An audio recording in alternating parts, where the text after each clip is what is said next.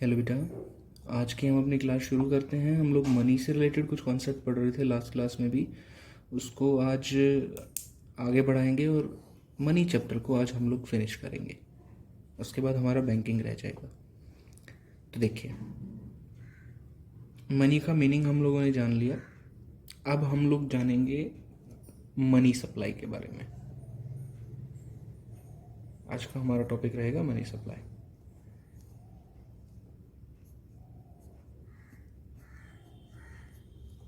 चलिए, इस टॉपिक के बारे में अगर हम लोग थोड़ा सा डिटेल में जानने की कोशिश करें, उससे पहले कुछ बेसिक सी चीज़ें जान लेते हैं। बेटा, कौन कौन से तरीके हैं जिनसे जो हमारी मनी है, जब मैं मनी की बात कर रहा हूँ ना, तो उसमें कॉइन्स भी आ गए, चाहे वो 1 रुपये का हो गया, 5 का हो गया, 10 का हो गया, 2 रुपये का कॉइन हो गया, प्लस में उसमें नोट्स भी आ गए, सब कुछ। अब हमें सिर्फ ये जानना है कि ये जो कॉइन्स हैं और जो ये नोट्स हैं, ये कहाँ कहाँ पे जो हैं होते हैं, मतलब कहाँ कहाँ पे रखे होते हैं, किस किस के पास किस किस फॉर्म में होते हैं। जैसे कुछ पैसा हमारा बैंक में भी होता है, ठीक है, कुछ पैसा हमारे पास खुद कैश में भी होता है। तो कौन कौन से तरीके हैं कि एक इंसान मनी को रखता है अपने पास। तो सबसे पहला तरीका है कि पब्लिक के पास करेंसी, करेंसी विद पब्लिक। अब करेंसी विद पब्लिक में कॉइन्स भी आएंगे, प्लस में नोट्स भी आएंगे। दूसरा जो तरीका होता है बेटा, हम लोग, मैं थोड़ा सा इधर बताऊंगा आपको, हम लोग बैंकिंग सिस्टम को थोड़ा सा डिवाइड करते हैं। आरबीआई हमारा हेड होता है फाइनेंशियल डिपार्टमेंट का, रिजर्व बैंक ऑफ इंडिया इसको हम लोग बोलते हैं। थोड़ी हिस्ट्री अगर इसके बारे में आपको बताऊं, इसके लिए एक्ट पास किया गया इन 1934 और ये एस्टेब्लिश हुआ था इन 1935, लेकिन इसका बाद में नेशनलाइजेशन हुआ है। मतलब उससे पहले एज ए प्राइवेट इंस्टीट्यूट ये काम कर रहा था, गवर्नमेंट अंडरटेकिंग बना है ये इन 1949, और उसके बाद से ही ये हमारे एपेक्स बॉडी की तरह काम कर रहा है, मतलब सेंट्रल बॉडी की तरह काम कर रहा है। पूरे फाइनेंशियल मनी से रिलेटेड सब कुछ कंट्रोल करता है हमारा आरबीआई। 1949 में ये नेशनलाइजेशन इसका हुआ है। बाद में डिटेल में बताऊंगा नेशनलाइजेशन क्या होता है, गवर्नमेंट क्या करती है, कैसे करती है। अभी के लिए जान लीजिए कि एक तरीके से गवर्नमेंट ने अपने अंडर ले लिया इसको। उससे पहले कुछ कुछ प्राइवेट था, लेकिन बाद में गवर्नमेंट ने कम्प्लीटली इसको अपने अंडर ले लिया इन 1949 आफ्टर इंडिपेंडेंस। चलिए, अगर मैं इसके बारे में अगर बताऊं तो इसका जो फर्स्ट गवर्नर था वो थे ऑसबॉर्न स्मिथ। ऑसबॉर्न स्मिथ इसके पहले गवर्नर थे आरबीआई के। अभी के लिए इतना ही जान सकते हो, एग्जाम पॉइंट ऑफ व्यू से इंपॉर्टेंट नहीं है, लेकिन फिर भी बेसिक आपको पता होना चाहिए। चलिए, अब अगर हम लोग आरबीआई से रिलेटेड बात करें तो उसके नीचे कुछ और बैंक्स हैं जिसको हम लोग बोलते हैं कमर्शियल बैंक। अगर मैं आपको एक सिंपल स्ट्रेट सी चीज़ बताऊं बेटा, कि हम लोग मतलब पब्लिक, जब मैं हम लोग वर्ड यूज़ कर रहा हूं तो इसका मतलब है पब्लिक। पब्लिक कभी भी आरबीआई से डील नहीं करती, आरबीआई कभी पब्लिक से डील करता भी नहीं है। हमारी डीलिंग होती है कमर्शियल बैंक के साथ। कमर्शियल बैंक के एग्जाम्पल हैं एसबीआई, पीएनबी, ठीक है, एचडीएफसी, आईसीआईसीआई, ये सब बैंक्स जो हैं बेटा, ये सब कमर्शियल बैंक्स हैं और इन्हीं के साथ पब्लिक की डीलिंग होती है।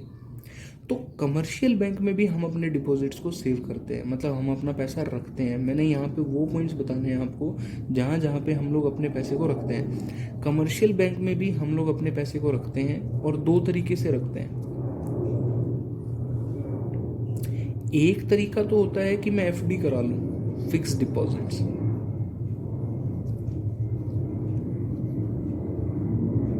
बाद में डिटेल में बताऊंगा इसके बारे में। और दूसरा होता है जिसको बोलते हैं डिमांड डिपॉजिट।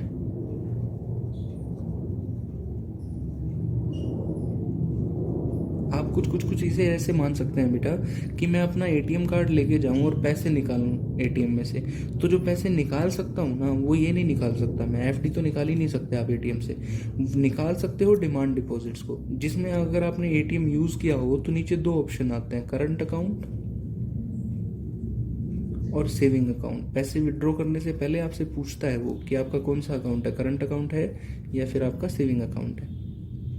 ये दोनों अकाउंट डिमांड डिपॉजिट है बेटा, मतलब इनको जब आप डिमांड करोगे ना तभी आप इनको विड्रॉ करा सकते हो, ये ऐसे डिपॉजिट्स हैं, इसलिए बोलते हैं डिमांड डिपॉजिट्स।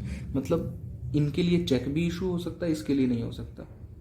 एग्जाम्पल से अगर मैं कहूँ बेटा मेरे पास 10 लाख रुपए हैं, 5 FD में 5 इसमें, तो मैं जो चेक इशू कर सकता हूँ वो सिर्फ इस 5 लाख के लिए कर सकता हूँ, इसके लिए चेक नहीं काट सकता।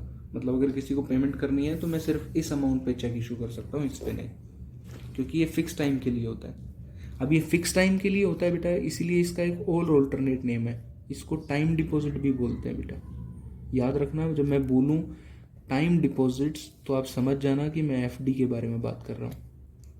टाइम डिपॉजिट्स इसको बोला जाता है।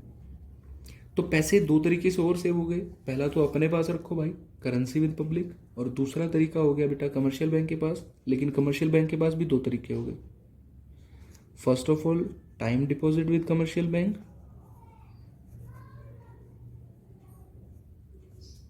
विद कमर्शियल बैंक, और थर्ड वन हो गया बेटा demand deposit with commercial bank.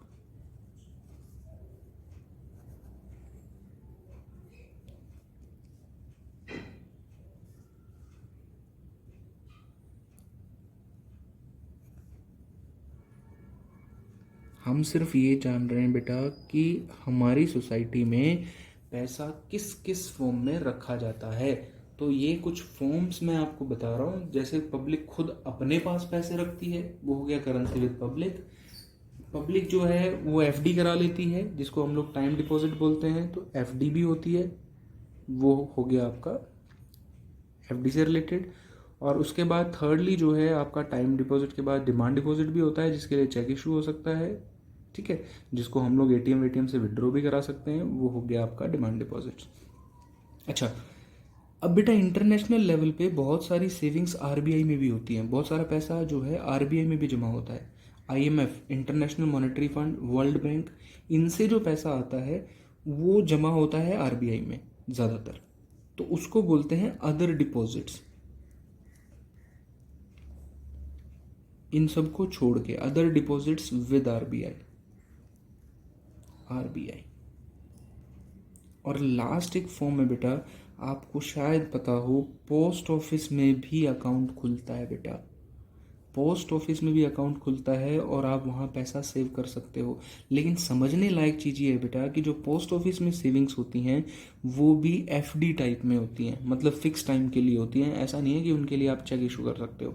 तो वो हो गया आपका savings with post office, with post offices. I hope कि आपको ये चीज़ समझ में आ गई होगी। हम लोग नेक्स्ट पेज पे चलते हैं फटाफट। ये देखिए बेटा, हमारा जो टॉपिक है वो मनी सप्लाई है। अब मैं आपको मनी सप्लाई का मतलब बताने वाला हूँ।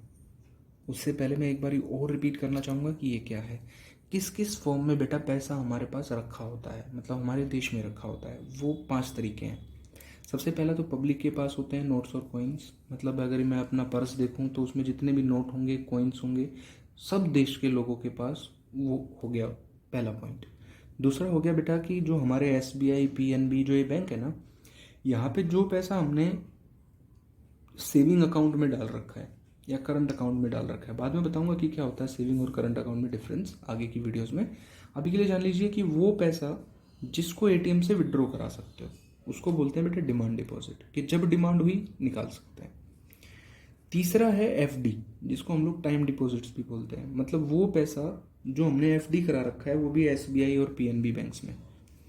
ऐसे ही सेविंग डिपॉजिट्स हम पोस्ट ऑफिस में भी करा सकते हैं। मैंने बेटा इसके ब्रैकेट में टाइम लिखा है क्योंकि ये डिपॉजिट्स जो होती हैं ये भी फिक्स डिपॉजिट्स की तरह होती हैं, मतलब एक फिक्स टाइम पीरियड के लिए होती हैं, उसके बाद ये विड्रॉ कराई जाती हैं।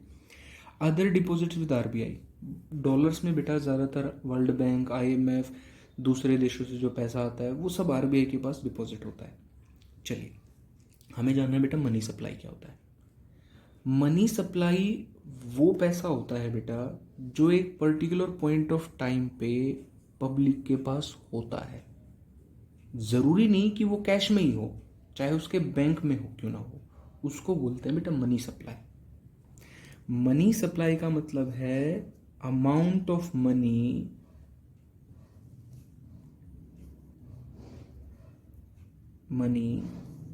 Hold by public at a particular point of time।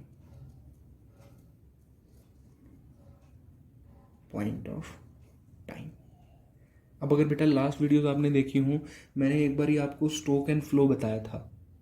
मैंने कहा था बेटा जो चीज़ें, आप वो वीडियो देख सकते हैं, हमारे चैनल पे अवेलेबल है।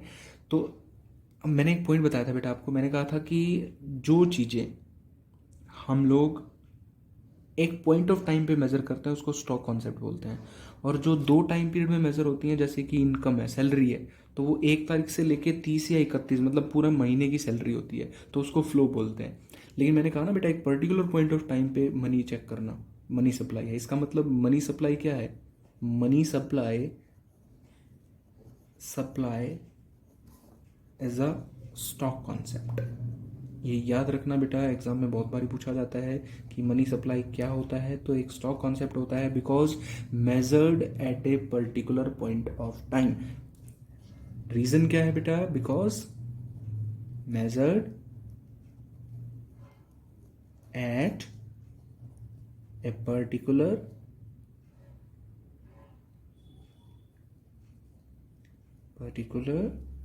Point of time.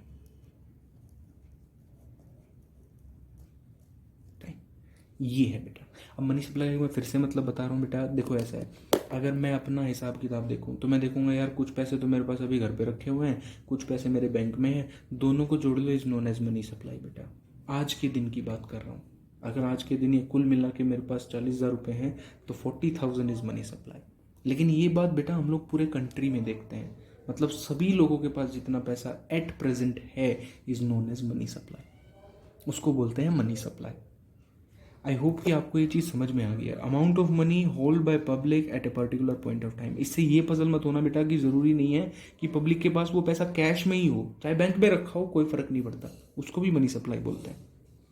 चलिए बेटा,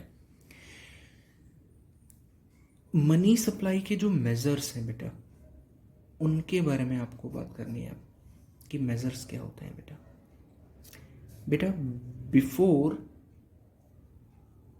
1977 से पहले मनी सप्लाई का मेजरमेंट का यूनिट सिर्फ एक ही होता था बेटा, जिसको एम से डिनोट करते थे हम। बाद में इसे हमने M1 बोला है।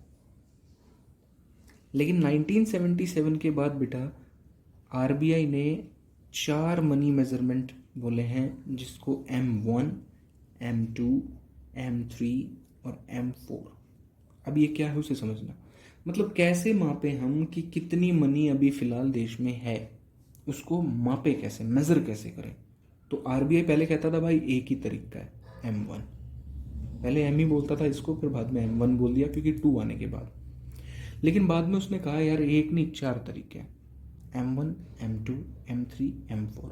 हालांकि बेटा बोलता तो वो LM1 भी है, LM2 वो अलग है, वो आप हायर लेवल पे जाके पढ़ेंगे। अभी के लिए आपको सिर्फ बेसिक जानना है।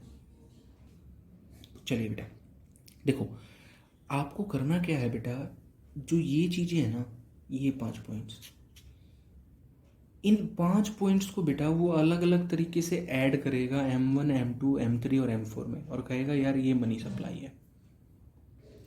पहले में बेटा उसने M1 में उन चीज़ों को जोड़ा जिसको सेल एंड परचेज में इस्तेमाल किया जा सकता है, मतलब वो मनी जिसको ट्रांजैक्शन पर्पस के लिए आप यूज कर सकते हो। Transactions means here sale and purchase of goods and services, मतलब वो अमाउंट ऑफ मनी जो आप यूज कर सकते हो ट्रांजैक्शन के लिए, सेल एंड परचेज के लिए, उसको उसने M1 बोला है बेटा, और उसी को वो मनी सप्लाई बोलता है पिछले टाइम से ही। 1977 तक तो उसने उसी को मनी सप्लाई बोला है, फिर उसके बाद कुछ और मेजर बताए हैं। अब बेटा दिमाग लगाओ, जो पैसा आपके पास कैश में रखा हुआ है, करेंसी विद पब्लिक नोट और कॉइन्स, ये पैसा आप यूज कर सकते हो। चाहूँ तो मैं इस पैसे से पेन खरीद सकता था, कोई दिक्कत नहीं। तो ये आ गया है मन का पार्ट बेटा, यानी कि करेंसी विद पब्लिक। चलिए बेटा, उसके बाद प्लस में, अब ये पॉइंट नंबर वन था बेटा, मैं वैसे ही लिख रहा हूँ, आप पूरा कंप्लीट लिखना है, मैंने 1 लिख दिया।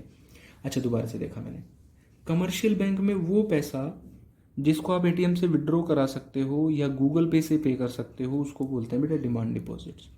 फिक्स डिपॉजिट को आप गूगल पे से पे नहीं कर सकते। तो ये सेकंड पॉइंट भी ऐसा अमाउंट है बेटा जो कि ट्रांजैक्शन के लिए यूज हो सकता है, इसीलिए वो सेकंड में कह रहा है बेटा डी, मतलब डिमांड डिपॉजिट। मैं शॉर्ट में लिख रहा हूँ क्योंकि ऊपर मैंने पूरा लिखा हुआ है। अच्छा बेटा, उसके बाद अगर मैंने आपको बताया, मैंने आपको कहा बेटा जो ये टाइम डिपॉजिट है, फिक्स डिपॉजिट्स को कभी भी चेक नहीं काटा जा सकता, फिक्स डिपॉजिट्स का कभी भी फिक्स डिपॉजिट्स को सेल परचेज में यूज़ नहीं किया जा सकता, इसीलिए थर्ड पॉइंट M1 में नहीं लिया गया बेटा। ऐसे ही मैंने बताया था पोस्ट ऑफिस पे में भी जो हम लोग पैसे जमा कराते हैं, पोस्ट ऑफिस की सेविंग्स भी फिक्स डिपॉजिट्स की तरह होती हैं बेटा, इसीलिए उनको भी यूज़ नहीं किया जा सकता सेल एंड परचेज में, तो हम लोग फोर्थ पॉइंट भी नहीं लेंगे। लेकिन बेटा जो फिफ्थ पॉइंट है, इसको सेल परचेज में यूज़ करते हैं इंटरनेशनल लेवल पे, मतलब अगर आपको ट्रेड करना हो एक्सपोर्ट और इंपोर्ट तब ये यूज़ होता है, तो ये भी यूज़ हो सकता है बेटा, इसीलिए वो बाद में एक पॉइंट और ऐड कर देता है इसमें, और यहाँ पे पॉइंट ऐड करके कहता है अदर डिपॉजिट विद RBI। मैंने शॉर्ट में लिखा है बेटा फिफ्थ पॉइंट को, मतलब पॉइंट नंबर 1 और 2 और फिफ्थ को जोड़ना इज नोन एज M1 बेटा, इसको बोलते हैं M1। बेटा मैंने ये चीज़ नोट की है कि वो पैसा जो कि सेल एंड परचेज में यूज़ हो सकता है इज नोन एज M1। यही खास बात है बेटा, नोट कर लेना कि M1 को 2 बातों से डिनोट किया जाता है। एक तो ये बहुत ज़्यादा लिक्विड होता है, मोस्ट लिक्विड फॉर्म, सबसे लिक्विड है ये। लिक्विड में बेटा देखो, जो लिक्विड होता है ना उसमें एक खास बात होती है, चाहे वो मिल्क हो गया, चाहे वो वाटर हो गया, कुछ भी, अल्कोहल हो गया, कुछ भी XYZ, जो लिक्विड की फॉर्म में होता है उसमें अपना एक खास तरह का नेचर होता है कि उसको जैसे भी इक्विपमेंट में आप डालोगे, जैसे भी बर्तन में उसको आप डालोगे, वो उसी के अकॉर्डिंग अपने आप को एडजस्ट कर लेगा। मतलब ये खास बात है उसमें एडजस्टमेंट की। तो वही मनी से रिलेटेड है बेटा, जिसके पास मनी बहुत अच्छे ज़्यादा पैसे हैं तो उसके सामने जो मर्जी सिचुएशन आ जाए वो एडजस्ट कर लेगा। तो इसीलिए इस M1 सबसे लिक्विड फॉर्म है, क्योंकि ये सारा पैसा यूज़ हो सकता है, जैसा मर्जी वक्त आ जाए आपको कोई परचेज करना पड़ जाए, आप इस पैसे को यूज़ करके परचेज कर सकते हैं। साथ ही साथ बेटा M1 को ट्रांजैक्शन मनी भी बोलते हैं, याद रखना बेटा, एग्जाम में पूछ लिया जाता है, ट्रांजैक्शन मनी बोलते हैं इसको। ट्रांजैक्शन क्यों? क्योंकि ये पैसा सेल एंड परचेज में यूज़ होता है, इसलिए इसको बोलते हैं transaction money.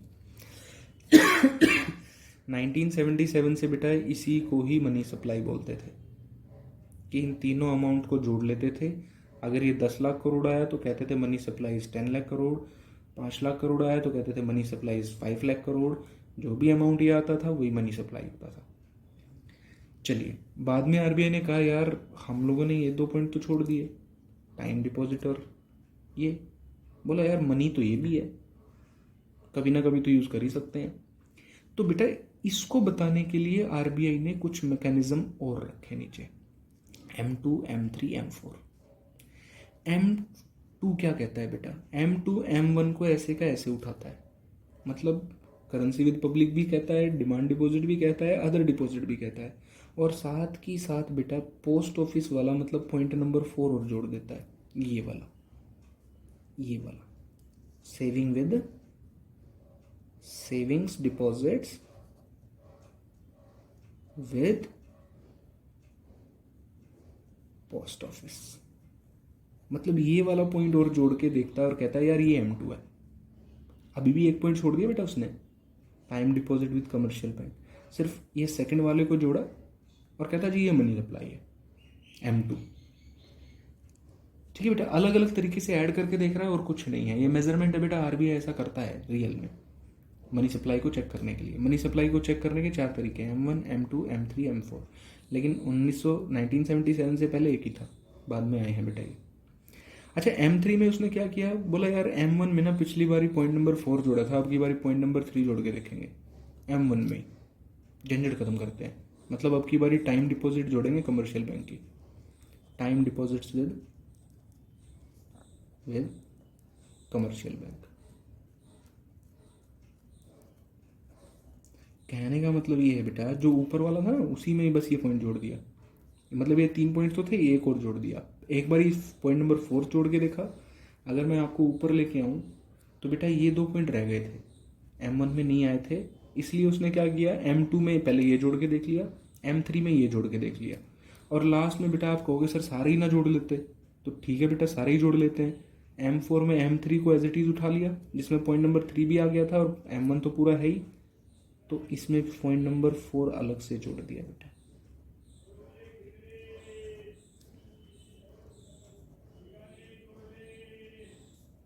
With post office.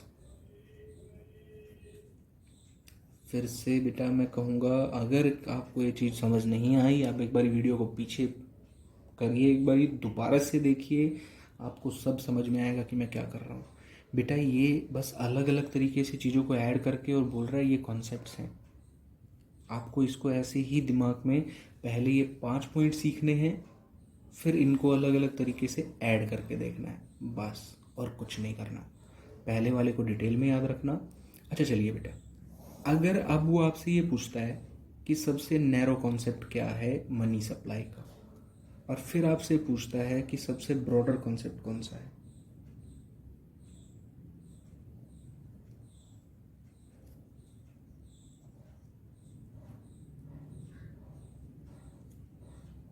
तो बेटा एक चीज़ याद रखना, सबसे छोटा कॉन्सेप्ट है M1, क्योंकि उसमें सबसे कम चीज़ें ऐड हुई हैं। लेकिन सब बच्चे बेटा M4 को सबसे बड़ा कॉन्सेप्ट मानते हैं, क्योंकि इसमें सब कुछ ऐड हो गया, 5 पॉइंट। नहीं बेटा, M3 को सबसे बड़ा कॉन्सेप्ट माना जाता है। याद रखना बेटा, सबसे इम्पोर्टेंट चीज़ों में से एक है ये, मोस्ट इम्पोर्टेंट बेटा। अगर ये एग्ज़ाम में आया, अभी तक नहीं आया कभी भी, जब भी ये एग्ज़ाम में आएगा बेटा, तो ये सबसे डिफ़िकल्ट पॉइंट बनेगा। बच्चे पजल हो जाएंगे, उन्हें लगेगा M4 काउंटिंग में 4 बड़ा होता है, तो उन्हें लगेगा M4 is the broader concept, but नहीं बेटा, RBI के हिसाब से M3 ब्रॉडर है। पोस्ट ऑफिस को इतनी इम्पोर्टेंस नहीं देता RBI। आई होप कि आपको ये चीज़ समझ में आ गई होगी। ठीक है बेटा, ये था सारा का सारा कॉन्सेप्ट, आप देख सकते हैं, मैंने आपको बता दिया। बुक में भी यही दिया हुआ है सारा का सारा कॉन्सेप्ट, इसलिए मैं आपको आज बुक नहीं दिखा रहा, आप बुक में देख सकते हैं नैरो कॉन्सेप्ट क्या है। ठीक है, सबसे नैरो M1 है, M2 को भी नैरो में ही बोलते हैं, और ब्रॉडर में M3 और M4, लेकिन सबसे ब्रॉडर जो है वो M3 को बोला जाता है, अगर एक को सिलेक्ट करना हो तो। ट्रांजैक्शन मनी M1 को बोलते हैं, ये मैंने आपको बता दिया कि इसको ट्रांजैक्शन मनी बोला जाता है M1 को, क्योंकि ये सबसे लिक्विड फॉर्म होती है, इसको ट्रांजैक्शन के लिए आप यूज़ कर सकते हो, sale and purchase. I hope कि आपको ये चीज़ समझ में आ गई होगी। चलिए बेटा, थैंक्स फॉर वॉचिंग।